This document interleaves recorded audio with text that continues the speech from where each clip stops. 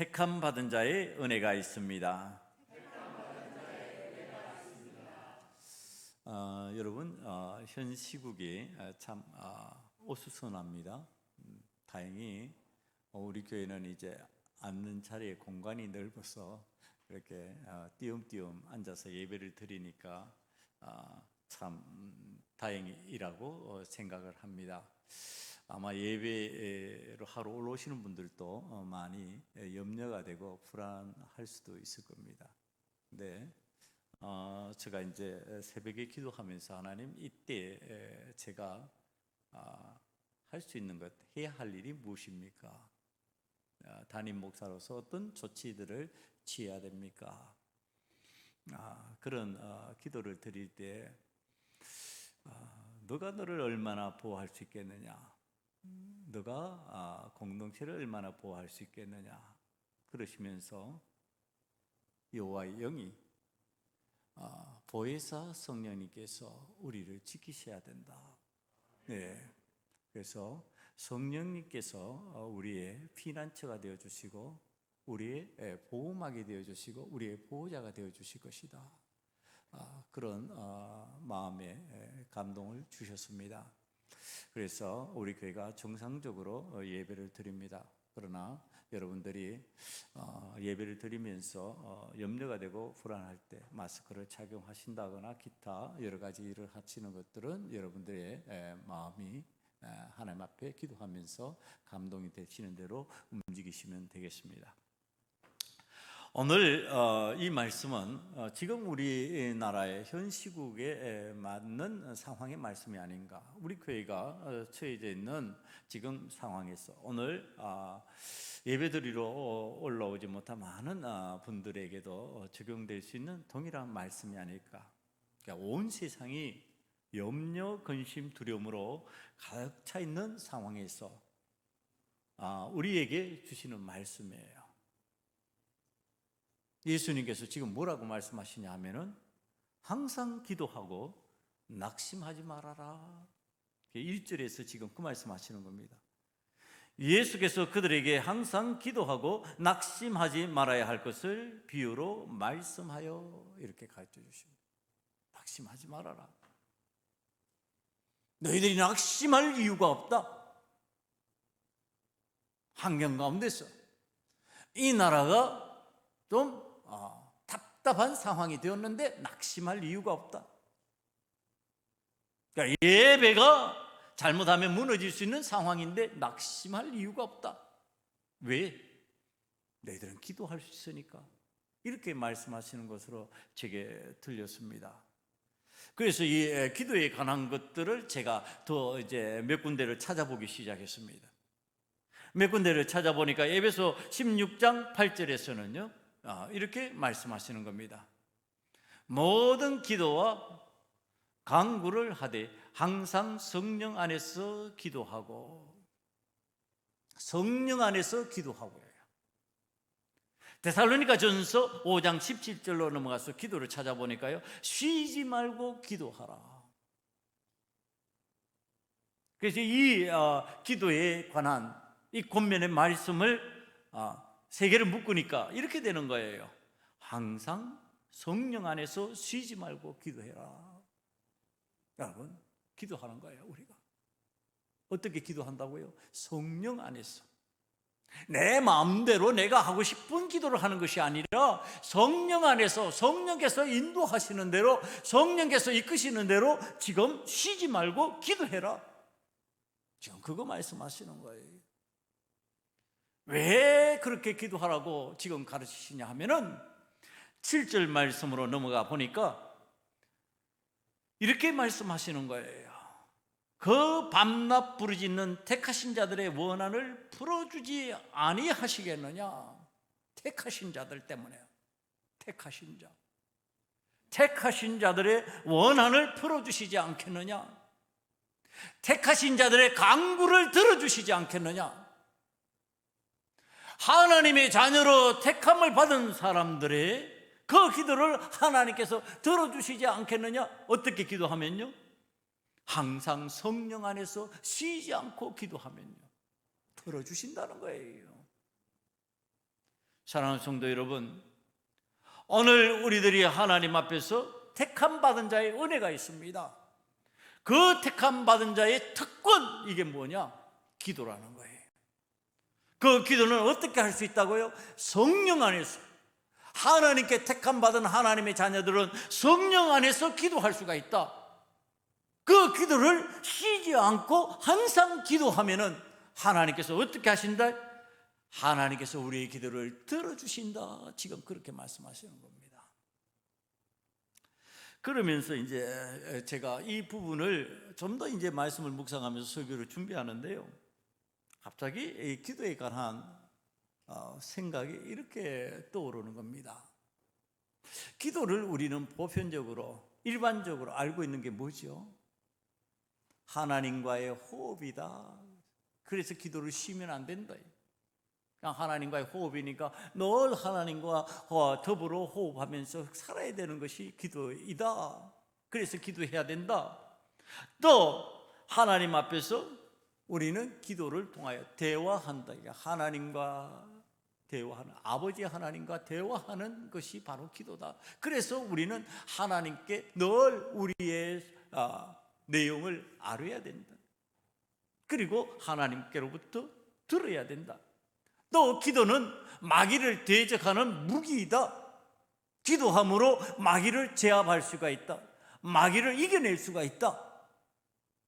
우리의 대적 마귀를 이겨낼 수 있는 방법은 기도밖에 없다. 그래서 무기이다. 이게 이제 우리들이 일반적으로, 보편적으로 알고 있는 내용이에요. 그런데 제가 이제 말씀을 묵상하면서 기도가 지금 하나님의 자녀들에게 필요하고, 택함받은 하나님의 자녀들이 기도를 통해서 하나님 앞에 지금 문제를 풀어나가는데, 하나님 앞에 응답받는 삶을 사는데, 이 기도를 이렇게만 이해하고 넘어갈까? 그랬더니 이제 제게 다가오는 거예요. 그게 뭐냐 하면은 기도의 또 다른 특성이었어요. 기도는 도구다, 이러시는 거예요. 여러분, 도구, 어떤 일을 할 때 쓰는 연장을 통틀어서 하는 말, 우리가 연장을 들어서 사용을 하잖아요. 그 연장으로 내가 어떤 일을 하잖아요. 맨손으로 하는 것보다 연장을 들고 하면 훨씬 편한 거예요. 그러니까 지금 기도라는 도구를 통해서 우리가 하나님 앞에 더욱 쉽게 응답받을 수 있다. 지금 그거 가르쳐 주시는 겁니다. 기도라는 도구를 사용할 줄 알면은 하나님 앞에 쉽게 응답받는다. 택하신 자들의 그 신원을, 그 억울함을, 그 답답함을 하나님께서 해결해 주신다. 그러면서 이제 오늘 말씀의 중요한 부분을 차지하는 기도는 도구다라는 것이었어요. 여러분, 기도라고 하는 도구를 통하여서 하나님이 택하신 자녀들이 받는 은혜를 생각하게 되었습니다. 택하심을 받은 하나님의 자녀들이 기도라는 도구를 통하여서 받는 그 은혜, 이 기도라는 도구를 어떻게 사용해야 되는지 오늘 말씀이 저희들에게 가르쳐 주시는 거예요. 여러분, 우리가 도구를 사용하는데 편리함이 있다. 자, 우리가 신앙생활 하는데 우리를 편리하게 돕는 도구라면 어떤 점에서 편리할까? 이제 제가 이걸 생각한 거죠. 그랬더니 오늘 본문 말씀에서 그 부분을 가르쳐 주시는 거예요. 우리의 원한을, 억울함을, 우리의 신원을 해결하는데 편리하다 그러시는 거예요. 자, 믿음의 사람들이 이 세상을 살아가면서 어떠한 일을 당한다고요? 억울한 일을 당한다고요. 믿음의 생활하면서 하나님만 바라보고 사는 사람이라고 생각했는데, 그런데 내 삶에 억울한 일이 생기는 거예요. 답답한 일이 생기는 거예요. 사람의 힘으로서 안 되는 것 같은 어떤 한계를 느끼는 거예요. 그때 그 문제를 가지고 기도라는 도구를 사용하면은 편리하게 해결된다, 이렇게 말씀하시는 내용을 듣는 겁니다. 어머니, 이 세상에 우리들이 살아갈 때 억울함을 풀어나간다는 것, 이게 어떤 방식이어야 되는가? 지금 예수님이 과부의 이야기를 통해서 설명을 하십니다. 왜 과부라고 하는 명칭을 사용하셨을까요? 여러분, 이 과부라고 하는 명칭을 사용하신 이유가 있습니다. 과부는 성경에 나타나는 3대 약자의 대표적인 인물입니다. 3대 약자, 성경에 나는 3대 약자가 누구냐? 고아, 그 다음에 과부, 그 다음에 나그네입니다. 여러분, 고아는 부모가 없으면요, 돌봄을 받지 못하고 굉장히 위기 상황에 빠집니다. 요즘에 과부라고 하는 개념은 좀 다를 겁니다. 근데 2000년 전에 과부는요, 남편이 없음으로 인해서 위기 상황에 빠져버립니다. 전혀 도울 수 있는 어떠한 주변 사람이 생기지 않습니다. 그래서 그는 공동체가 필히 돌봐야 할 대상입니다. 그 다음에 세 번째, 나그네라고 하는 개념은요, 자, 이때는 부족사회, 시족사회 이렇습니다. 그러니까 지금 그 공동체 속으로 외부의 사람이 들어왔다, 이건 전혀 생존하기가 힘들어집니다. 그래서 그 속으로 들어오는 나그네를 너희들이 함부로 그 시족의 힘으로, 부족의 힘으로 공격하고 괴롭히고 힘들게 만들지 말아라, 지켜줘야 된다, 이렇게 되는 거죠. 이 3대 약자예요. 이 3대 약자 중에서 지금 과부라고 하는 대표성을 가지고 예수님이 설명하고 계십니다. 약자가 해결할 방법이 없습니다. 도와줄 사람이 없습니다. 그래도 희망을 걸 수 있는 것이 재판관입니다. 그런데 이 재판관이 좋은 재판관이 아니라 악한 재판관입니다. 하나님을 두려워하지 않고 사람을 무시하는 재판관입니다. 사람을 존중해줘야 좋은 재판을 할 수 있는데 사람 무시해버려요. 하나님을 두려워해야 정직한 재판을 할 수 있는데 하나님을 두려워하지 않습니다. 그러니까 부정직한 재판을 하는 거예요. 사람을 무시하니까 자기 마음대로 재판해버리는 겁니다. 지금 그런 상황에 처해져 있는 재판관이 지금 자신의 재판을 담당했어요. 과부의 입장에서는 약자인데 다른 사람에게 도움을 청할 수도 없고 재판관의 재판 판결에 의해서 도움을 받을 수 있는데 지금 상황은 그런 상황입니다. 여러분, 이때 이 예수님이 이 과부를 들어서 설명하시는 예수님의 마음을 제가 좀 읽고 싶었어요. 그때 그 과부가 어떤 마음으로 지금 재판관에게 매달리고 있을까? 그래서 예수님이 지금 이 비유를 들었을까? 그랬더니 과부의 입장을 대변하는 누가복음 이야기가 들어왔습니다. 누가복음 7장 11절 이하에 보면은 나인이라고 하는 성에 들어가면서 이제 예수님이 무리와 함께 동행하는데 성문 가까이 이르러서 한 사람이 한 죽은 자를 메고 나옵니다. 그런데 한 어머니의 독자요, 그 어머니는 과부라. 과부 어머니가 아마 아들 하나만 보고 그렇게 살아온 입장인 것 같습니다. 얼마나 그것이 슬픔이었던지 큰 슬픔 가운데서 울고 있으니까 13절에 보니까 주께서 과부를 보시고 불쌍히 여기사 울지 말라. 그러니까 예수님이 보시고 불쌍히 여기세요. 긍휼히 여기시는 거예요. 그러면서 울지 말아라. 내가 문제를 해결해 줄게. 내가 이 문제 해결해 줄게. 울지 마. 그렇게 울지 마. 지금 예수님이 위로해 주시는 거예요. 그러면서 관에 손을 대시고 예수님이 명령을 하시는 겁니다. 내가 내게 말하노니 일어나라. 그리고 죽었던 자가 일어나 앉고 말도 하거늘 예수께서 그를 어머니에게 주시니, 여러분, 죽었던 자가 벌떡 일어났어요. 자, 이 정도 되면 어떤 상황이 되느냐 하면, 이제 그는 예수님만 따라가는 사람이 돼야 되는 거예요. 예수님만 따라 움직이는 사람이 돼야 되는 거예요. 그렇잖아요. 지금 내가 죽었는데 살아났어요. 그러니까 그의 어머니도 아마 그 아들에게 예수님 따라가, 예수님과 함께 살아, 이렇게 됐을 겁니다. 그런데 오늘 그 내용을 보면은요, 예수님이 그를 어머니에게 주시니 이렇게 설명합니다. 그 어머니에게 이가 얼마나 필요한 존재인지 예수님이 아시는 거예요. 그래서 나 따라오지 말고 어머니와 살아. 너희 어머니를 위로해 줘. 너 어머니 너 때문에 얼마나 슬피 울었는지 몰라. 그 슬픔을 네가 함께 해줘.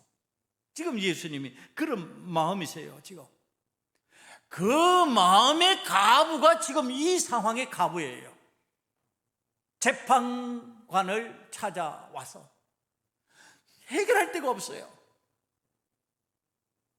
다른 어떤 누가 도와줄 사람 없어요. 그러니까 재판관만을 바라보는 겁니다. 그리고 찾아와서 번거롭게 만들고 괴롭게 만듭니다. 살려주세요. 방법이 없습니다. 나에게는 다른 방법이 없습니다. 지금 그러한 안타까움으로 신원하는 거예요. 자기의 억울함을 호소하는 거예요. 지금 예수님이 그 마음을 우리에게 표현해 주시는 겁니다. 우리가 하나님 앞에서 믿음 생활을 할 때, 기도할 때 그 마음을 가지고 있느냐? 이건 다른 데서 해결할 수 없는 문제야. 이건 다른 데서 안 되는 문제야. 이건 어찌할 수 없는 문제야. 내가 이 문제는 예수님과 더불어 해결해야 돼. 예수님만이 나의 문제를 해결할 수 있어. 하나님만이 나의 해결자시야. 그런 마음으로 나온다면, 그런 마음으로 기도한다면, 그런 마음으로 성령 안에서 간구하고 있다면, 너희들의 문제가 하나님께서 들어주시는 문제가 되지 않겠느냐? 하나님께서 그것을 풀어주시지 않겠느냐? 그것을 해결해 주시지 않겠느냐? 지금 그러는 겁니다. 여러분, 믿음 생활을 하기 때문에 우리에게 억울한 일이 없어요. 믿음 생활을 하기 때문에 이 세상을 살아가는데 답답한 일이 없어요. 아니에요.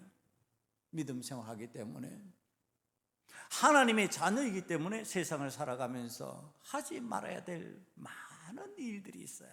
그 속에서 억울함이 생겨요. 여러분, 그런 일들 때문에 우리들이 당하는 일들이 생겨요. 지금 이제 이 코로나 바이러스를 퍼뜨리는 아주 큰 역할을 해버린 사람들이 신천지 이단에 속한 사람들입니다. 이들로 말미암아서 지금 교회들이요, 예배를 드리는데 이제 장애가 생기는 상황이 되어버렸습니다. 이게 기성교회에서는 잘못하면은 참 이게 모이기를 힘쓰자 그러면 꼭 신천지 같이 오해받는 상황이 될 것이고요. 그래도 모이지 말자, 이거 지금 나라가 위기 상황이 되었으니까 이러면은 하나님 앞에 예배가 무너져 버리는 상황이 되어버려요. 답답한 상황이 되어버렸습니다. 안타까운 상황이 되었습니다. 인간적으로 바라보면은 이러지도 못하고 저러지도 못하는 상황이 되어버렸습니다. 여러분, 이 억울한 상황, 교회가 만든 상황이 아니에요. 신앙인들이 하나님을 믿으면서 제대로 된 신앙을 가진 사람들이 만든 상황이 아니에요. 이단 집단이 만들어낸 일이에요. 아니, 문제가 생겼으면 솔직히 정직하게 그 내용들을 얘기하고 해야 되는데 드러내지 않아요. 왜? 그들의 비밀이 탄로날까 봐. 기성교회들이 지금 그러한 일들을 알아버리면 거기에 대처할까 봐 두려워졌어. 그것도 하잖아. 그런데 그 무거운 짐을 지금 교회가 짊어지는 상황이 되어버렸어요. 어떡할 거예요? 여러분, 지금 우리들이 하나님 앞에서 항상 성령 안에서 쉬지 말고 기도해야 되는 이유가 바로 여기에 있습니다. 여러분, 이 문제를 이겨내게 하시고 이 문제를 극복하게 만들어주시는 분은 누구시냐? 여호와 하나님이십니다. 여호와 하나님께서 우리의 기도를 들으시고 우리의 억울함과 우리의 답답함을 들어주시기 때문에 그렇습니다. 여러분, 신앙생활 하기 때문에 문제가 없다고요? 아니, 문제가 많이 있지요. 문제가 있는데 우리에게는 하나님께서 주신 좋은 도구가 있다는 겁니다. 그 도구가 뭐라고요? 기도라고요. 기도로 이겨낼 수 있다. 기도로 극복할 수 있다. 기도하면 된다. 그리고 말씀하고 계시는 겁니다. 여러분, 믿는 자에게 넘치 못함이 없도록 도우시는 여호와 하나님을 우리들이 믿지 않는다면 우리가 과연 하나님을 예배하는 것이 무슨 의미가 있느냐? 그 하나님을 믿는다면 우리에게 넘치 못함이 없으신 여호와 하나님을 우리가 믿고 있다면 지금 우리의 이 억울하고 답답한 우리의 이 상황을, 우리의 형편을 하나님 앞에 신원해야 되지 않느냐? 하나님 앞에 아뢰어야 되지 않느냐 말이에요. 여러분, 우리가 하나님 앞에 아뢰다고 하는 것, 이 억울한 심경을 하나님 앞에 고백하고 내 힘으로 하고 내가 막 어떤 인간적으로 하지 않는다는 것의 의미를 설명해 주는 다윗의 고백이 있습니다. 다윗 여러분들 잘 아시죠? 왕중왕입니다. 왕중에도 탁월한 왕. 그는 용사 중에 용사입니다. 그는 훌륭한 시인입니다. 그는 많은 세상적인 재능을 가진 사람입니다. 그런데 시편 3편 1절 이하에 이렇게 말합니다. 여호와여, 나의 대적이 어찌 그리 많은지요. 일어나 나를 치는 자가 많으니이다. 많은 사람이 나를 대적하여 말하기를 그는 하나님께 구원을 받지 못한다 하나이다. 여호와여, 주는 나의 방패시요 나의 영광이시요 나의 머리를 드시는 자이시니이다. 내가 나의 목소리로 여호와께 부르짖으니 그의 성산에서 응답하시는도다. 내가 누워 자고 깨었으니 여호와께서 나를 붙드심이로다. 천만인이 나를 에워싸 진친다 하여도 나는 두려워하지 아니하리이다. 여호와여, 일어나소서. 나의 하나님이여, 나를 구원하소서. 주께서 나의 모든 원수의 뺨을 치시며 악인의 이를 꺾으셨나이다. 구원은 여호와께 있사오니 주의 복을 주의 백성에게 내리소서. 여러분, 힘 있는 사람이라니까요. 능력 있는 왕이라니까요. 이런 세상적인 기능을 가지고 있는 사람이 자신의 손으로, 자신의 능력으로, 자신의 손에 잡힌 칼로, 권력으로 하지 않습니다. 하나님의 은혜를 구합니다.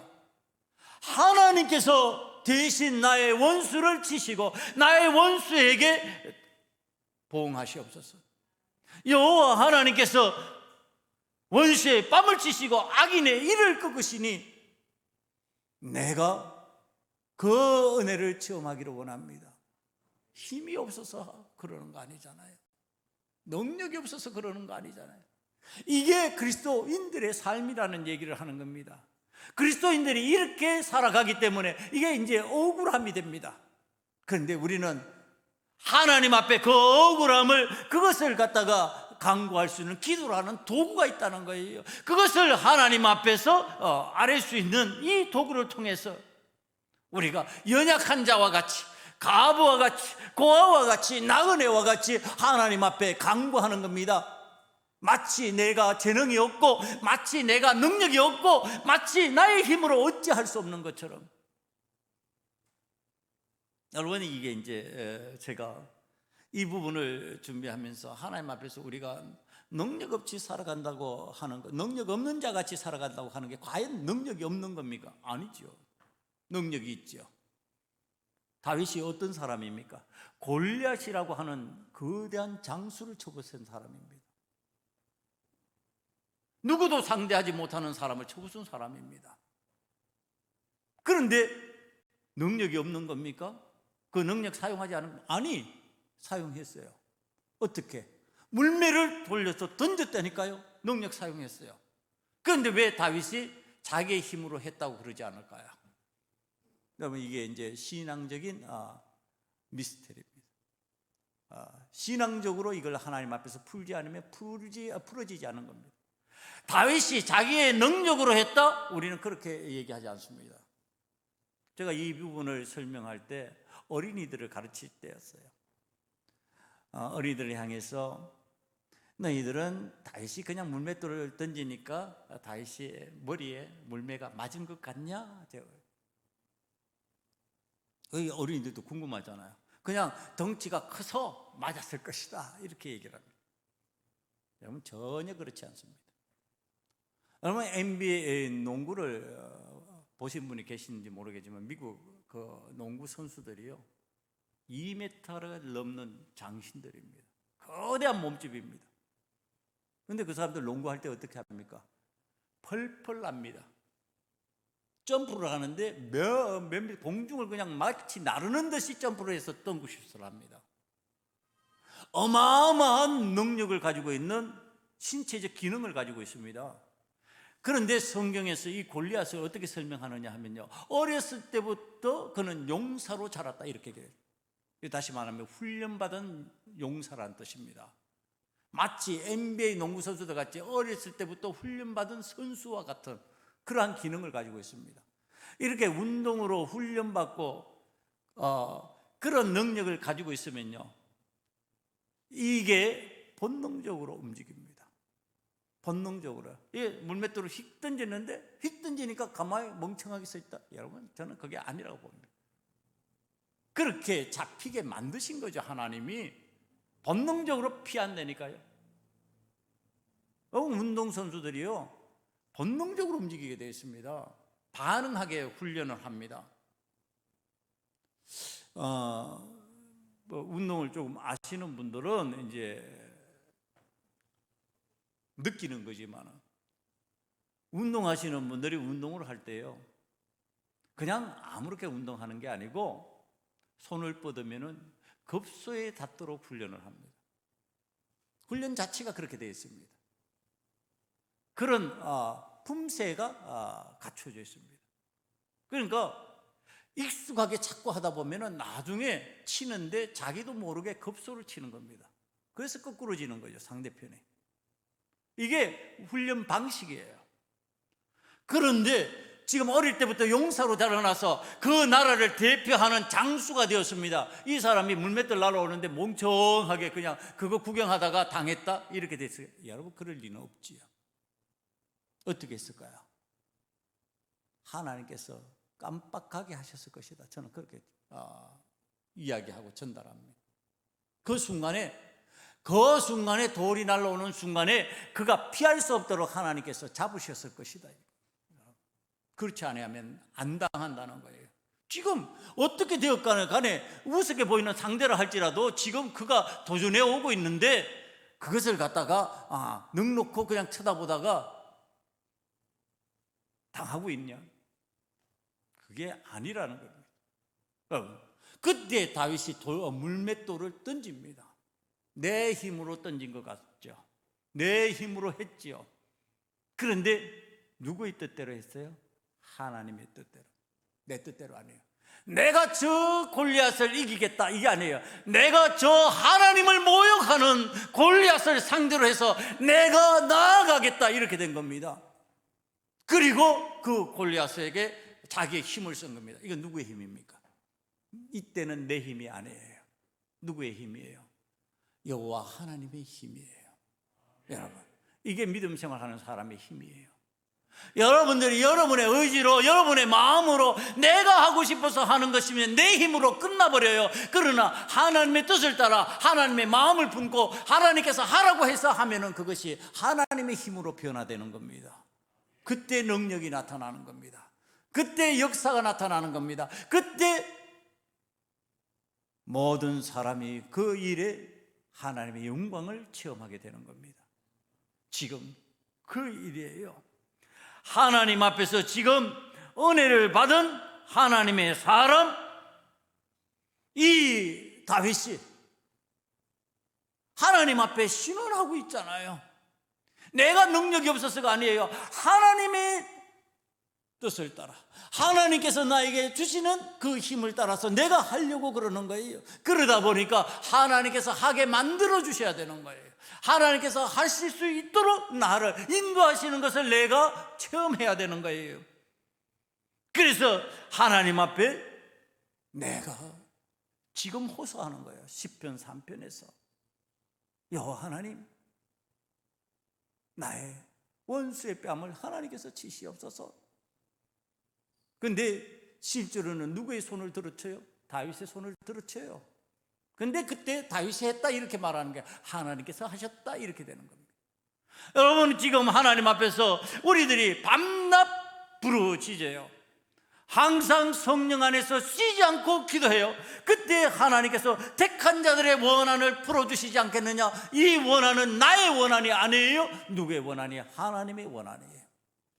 하나님을 대적하는 그 원한이에요. 그것을 지금 풀어주시는 거예요. 어느 세상에 악한 재판관이 있어서 하나님을 두려워하지 않고 사람을 무시하는데, 한 연약한 과부가, 의지할 것 없는 그 과부가 그 흉측한 재판관을 상대로 자신의 억울함을 푸는 방법을 예수님이 얘기하고 있어요. 왜 하필이면 이 악한 재판관을 등장시켰을까?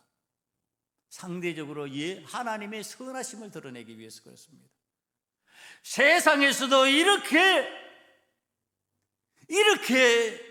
간절함으로 다가오면은, 이렇게 부르짖으면, 이렇게 하면은 되는데 하나님 앞에서 안 되겠냐? 하나님의 선하심 앞에서 안 되겠느냐? 하나님께서 우리를 얼마나 사랑하셔서 우리를 택하셨는데 안 되겠느냐? 지금 그거 말씀하시는 겁니다.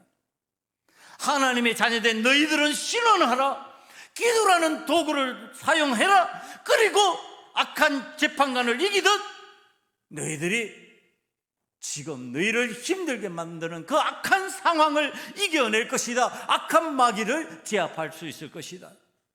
사랑하는 성도 여러분, 여러분들이 하나님께서 허락하신 기도의 특별한 이 도구를 통해서, 기도라는 도구를 통해서 하나님 앞에 응답받는 사람들로 살아가시기를 간절히 축원합니다.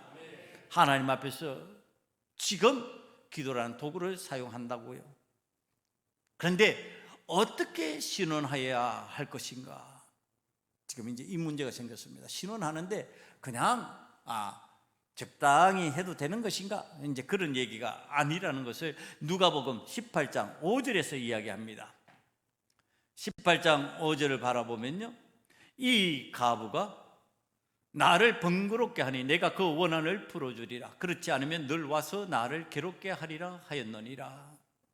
지금 신원하는 방법이에요. 기도하는 방법이에요. 기도라고 하는 도구를 사용해서 하나님 앞에 나아가는 방식이에요. 어떻게 하라고요? 지금 예수님이 가르치시는 방법이에요.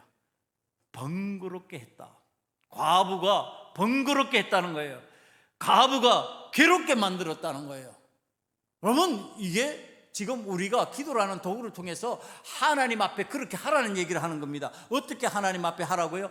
하나님 앞에 하나님을 번거롭게 해라. 하나님을 괴롭혀라. 이 하나님 자녀들이, 하나님 믿는다고 하는 사람들이 참 하나님을 번거롭게 한다, 괴롭게 만든다, 그런 게 참 안 어울리는 것 같죠. 그런데 성경에 그렇게 나와 있는데요. 지금 응답받은 이 과부가 그렇게 했지 않느냐? 그러면 우리가 하나님 앞에서 택하심을 받은 자녀가 되었으니 우리에게도 응답하실 것인데, 그 밤낮 부르짖는, 이 뜻이에요. 밤낮 부르짖는 번거로움을 하나님 앞에 지금 하나님이 느끼게, 하나님께서 그렇게 받아들이게 만들어라는 거예요. 그 다음에 하나님을 괴롭게 만들어라. 이걸 어떻게 설명을 할까? 그러다가 여러분, 우리가 너무 잘 아는 얘기예요. 이렇게 한 사람이 있어요, 성경에. 하나님을 번거롭게 하고요, 하나님을 괴롭힌 사람이 있어요. 우리가 잘 아는 야곱입니다. 야곱이 지금 형을 속여먹고 아버지를 속여먹고 축복 대신 받고 이렇게 해가지고 이제 외삼촌 집에 갔다가 이제 거부가 되어서 돌아오고 있죠. 돌아오고 있는데 자기에게 딸린 가솔들, 자기들에게 딸린 재산은 많습니다. 그런데 자기에게 훈련받은 용사들은 별로 없습니다. 그런데 형이 자기를 향해서 온다는 얘기를 들었어요. 자기를 향해서 오는 형의 얘기를 듣는 순간에 오금이 저린 겁니다. 왜? 형이 옛날에 했던 말이 기억나요. 너 아버지가 돌아가시고 나면 너는 죽어. 이게 기억나는 거예요. 지금 죽음의 공포가 찾아오는 거예요. 두려움이 찾아오는 거예요.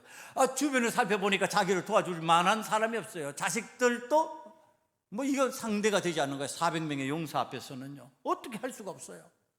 그래서 지금 때를 나누어서 다 보내고 난 뒤에 약복 강가에 야곱이 홀로 남았습니다. 그것이 창세기 2장 24절 이하에 나옵니다. 야곱은 홀로 남았더니 어떤 사람이 날이 새도록 야곱과 씨름하다가 자기가 야곱을 이기지 못함을 보고 그가 야곱의 허벅지 관절을 치매 야곱의 허벅지 관절이 그 사람과 씨름할 때 어긋났더라. 그가 이르되 날이 세려하니 나로 가게 하라. 야곱이 이르되 당신이 내게 축복하지 아니하면 가게 하지 아니하겠나이다. 여러분, 여기까지만 봐도요 우리가 아는 거예요. 야곱이 지금 하나님과 더불어 뭐 했다? 씨름했다. 씨름했는데 어떻게 됐다? 씨름하다가 허벅지 관절이 지금 위골되었다. 어긋났다. 허벅지 관절이 어긋나서 힘을 못 쓰는 상황이 되었다. 그런데 안 놓아주더라 이렇게 얘기해요.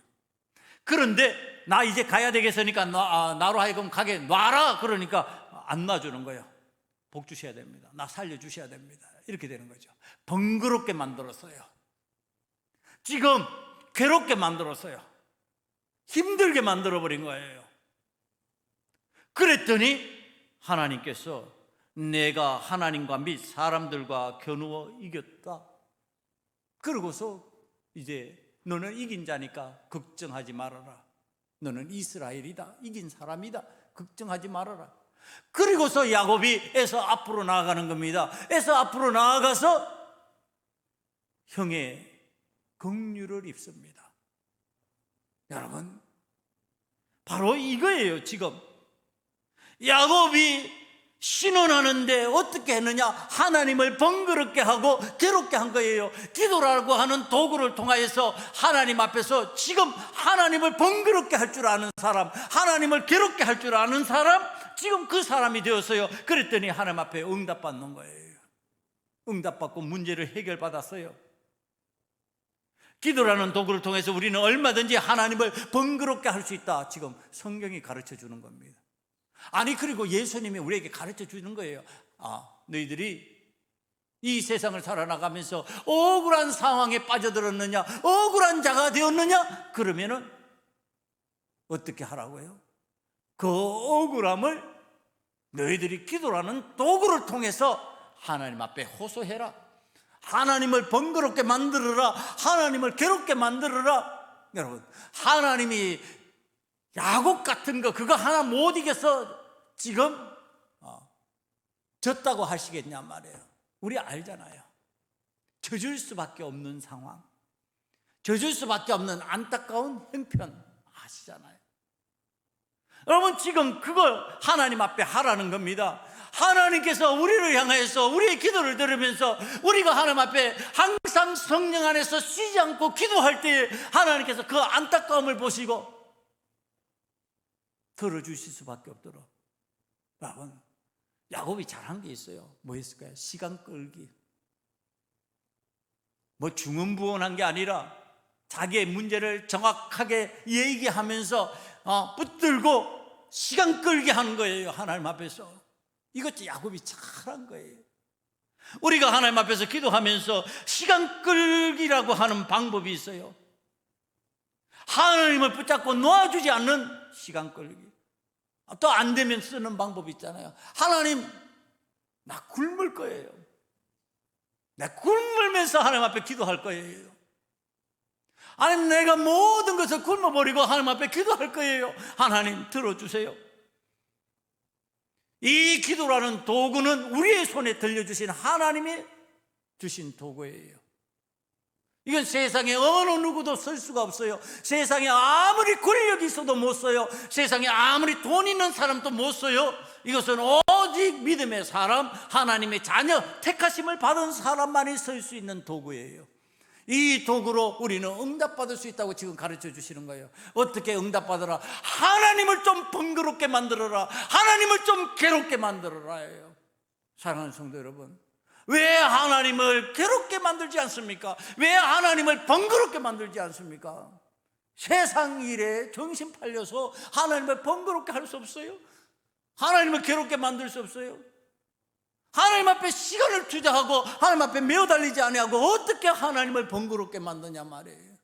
하나님은 어떻게 괴롭게 붙들고 늘어질 수 있어요? 여러분, 하나님 앞에 오늘도 우리들이 하나님의 방법을 오늘 배운다면 하나님의 택함 받은 자, 하나님의 자녀된 소금언약교회 성도들은 우리 모두 하나님께서 허락하신 기도라는 이 특별한 도구를 통하여서 예수님께서 가르치신 대로 하나님을 번거롭게 만들고 하나님을 우리들이 괴롭게 만드는 그러한 믿음의 자세로 하나님 앞에 간구하고 하나님 앞에 나아가고 하나님 앞에 응답을 기도하면서 하나님의 역사를 기대할 때 오늘 하나님께서 우리의 기도에 응답하여 주시는 그 놀라운 은혜를 체험하면서 우리의 삶이 바뀌고 우리의 가정이 바뀌고 우리의 교회가 바뀌고 이 나라와 민족이 바뀌는 역사가 우리에게 임하게 될 줄 믿습니다.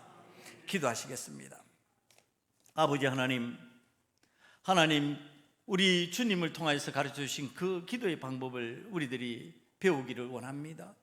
아버지 하나님, 우리에게 기도라고 하는 유용한 도구를 허락하여 주셨다고 가르쳐 주셨사오니 아버지 하나님, 그 도구를 이용하여 우리들이 기도하고 응답받는 삶을 살 수 있도록 하나님을 붙들고 늘어지는 자가 되게 하시고 하나님을 번거롭게 할 줄 아는 자, 하나님을 귀찮게 할 줄 아는 신앙인들이 되게 만들어 주시옵소서. 적당히 하다가 포기하지 않기를 원합니다.